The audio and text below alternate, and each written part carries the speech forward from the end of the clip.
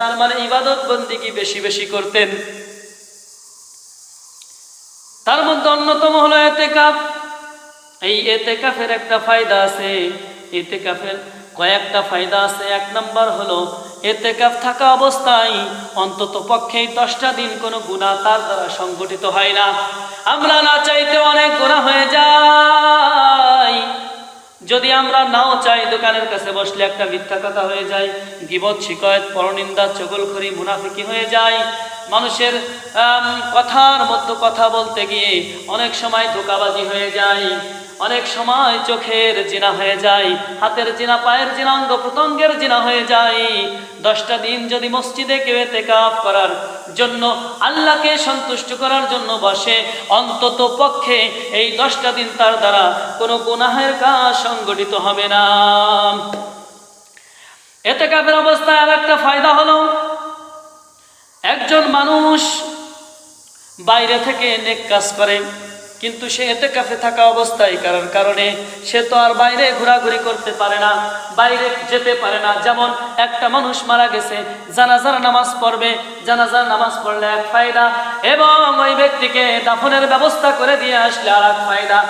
প্রতি কদমে কদমে দেখি একটা বিবাদের মীমাংসা করার জন্য মিটিং বসেছে, ওই জায়গায় যে মীমাংসা করে দেওয়া, মুসলমান ভাই ভাইদেরকে মিল করে দেওয়া নাকি, কিন্তু সে তো ইতিকাফে থাকার কারণে যেতে পারতেছে না। হাদিসের মধ্যে এসেছে, কিতাবের মধ্যে এসেছে, ওই ব্যক্তি ইতিকাফে বসেও বাইরে যত প্রকার নেকির কাজগুলো হবে, সব নেকির কাজ সমপরিমাণ সব ওই ইতিকাফকারী আমলনামায় আল্লাহ দান করে দেবে। সুবহানাল্লাহ। তাহলে 2 নম্বর ফায়দা হলো, ইতিকাফকারী যারা ইতিকাফ করে তারা 1 নম্বর হলো গুনার কাজ থেকে বিরত থাকতে পারতেছে। 2 নম্বর হলো বাইরে যত নেকির কাজ হয় সমপরিমাণ সব তাদের প্রত্যেকের আমলনামায় আল্লাহ দান করতেছে যারা ইতিকাফে বসেছে। 3 নম্বর ফায়দা হলো ইতিকাফকারী আর জাহান্নামের দূরত্ব বজায় হয়, দূরত্ব হয়ে যায়। হাদিস শরীফের মধ্যে এসেছে, আল্লাহর সন্তুষ্টির জন্য যদি কোনো ব্যক্তি একদিনের ইতিকাফ করে, তার মাঝে আর জাহান্নামের মাঝে 3 খন্দকের দূরত্ব হয়ে যায়। 1 খন্দকের পরিমাণ হলো আসমান আর জমিনের মধ্যে যত ফাঁকা জায়গা রয়েছে তত দূরত্ব হয়ে যায়। তাহলে 1 দিনের ইতিকাফের কারণে 3 খন্দকের দূরত্ব, আর 1 খন্দকের দূরত্ব যদি এত হয়, তাহলে 10টা দিন যদি ইতিকাফে থাকা হয় তাহলে কত বড় ফায়দা। আমরা কে না চাই যে জাহান্নাম থেকে বাঁচতে? প্রত্যেকেই চাই, গুনাহগারও চাই। হ্যাঁ, প্রত্যেকটা মানুষ চায় যে আমি জাহান্নাম থেকে বাঁচি, আমি জাহান্নাম থেকে বাঁচি। এরপরে মানুষ শয়তানের ধোঁকায় পড়ে বিভিন্ন গুনাহের কাজ করে, কিন্তু প্রত্যেকেই চায় যে আমি জাহান্নাম থেকে বাঁচি। মুসলমান, তুমি যদি আসলে জাহান্নাম থেকে বাঁচতে চাও, আসো আসো, শেষের 10 দিনে ইতিকাফে বসো, জাহান্নাম তোমার থেকে দূরত্ব বজায় করবে, তোমার থেকে জাহান্নাম দূরে সরে যাবে। 4 নম্বর ফায়দা হলো ইতিকাফকারীর সঙ্গে আল্লাহর সঙ্গে একটা মহব্বত সৃষ্টি হবে। বলছিলাম আগেই, 10টা দিন আল্লাহর কাছে সে ক্রন্দন যদি করা হয়, আল্লাহর কাছে কোনো কিছু চাওয়া হয়, সামান্য মানুষের কাছে 2 দিন গেলে প্রশংসা করলে, মানুষের প্রশংসা করলে, 2 দিন তার পেছনে ঘুরলে, তার দরজার কাছে গেলে, তাই কত মানুষ তাকে যা চাই তাই দেওয়ার জন্য আপ্রাণ চেষ্টা করে। আর যে আল্লাহর খাজানায় কোনো কমতি নাই, একমাত্র আল্লাহর সন্তুষ্টির জন্য 10টা দিন এসে মসজিদে বসে আল্লাহর জন্য কাঁদে, আল্লাহর জন্য কাঁদে, আল্লাহর কাছে চাই, অতীতের গুনাহের জন্য ক্ষমা চাই।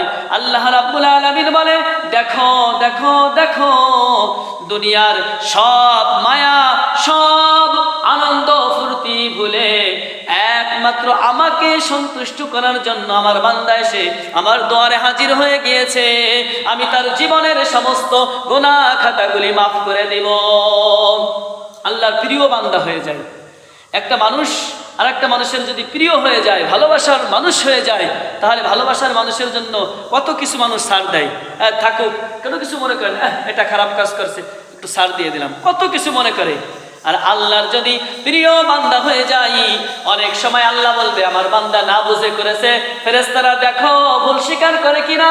বান্দা ভুল স্বীকার করার সঙ্গে সঙ্গে আল্লাহ বলে যা, ওই ব্যক্তির ওই গুনাহ খাতাগুলো তো মাফ করে দিবেই দিবে, ওই জায়গায় নেকির দ্বারা ভরপুর করে দাও। 5 নম্বর হলো আমরা যেটার জন্য খুব আগ্রহ, সেটা হলো লাইলাতুল কদর। এটা হলো বেজর রজনীর শেষ দশকের বেজর রজনীতে তালাশ করার কথা হাদিস শরীফের মধ্যে এসেছে। 21, 23, 25, 27, 29। তা আমরা স্বাভাবিক নিয়মে 27 তারিখে ইবাদত বন্দিগি করি, আর অন্য দিন আমাদের সেইভাবে কোনো ইবাদত বন্দিগি হয় না। কিন্তু ইতিকাফ, যেই ব্যক্তি ইতিকাফ করবে ওই ব্যক্তির জন্য শবে কদর সহজ হয়ে যাবে। না চাইলেও সে মসজিদের মধ্যে থাকবে, আর যদি একটা শবে কদর পেয়ে যায়, লাইলাতুল কদরি খায়রুম মিন আলফি শাহর, হাজার হাজার মাস অপেক্ষায় উত্তম ইবাদত বন্দেগী করলে যেই সব হয়, আল্লাহ তার আমল নামায় সেই সব দান করবে।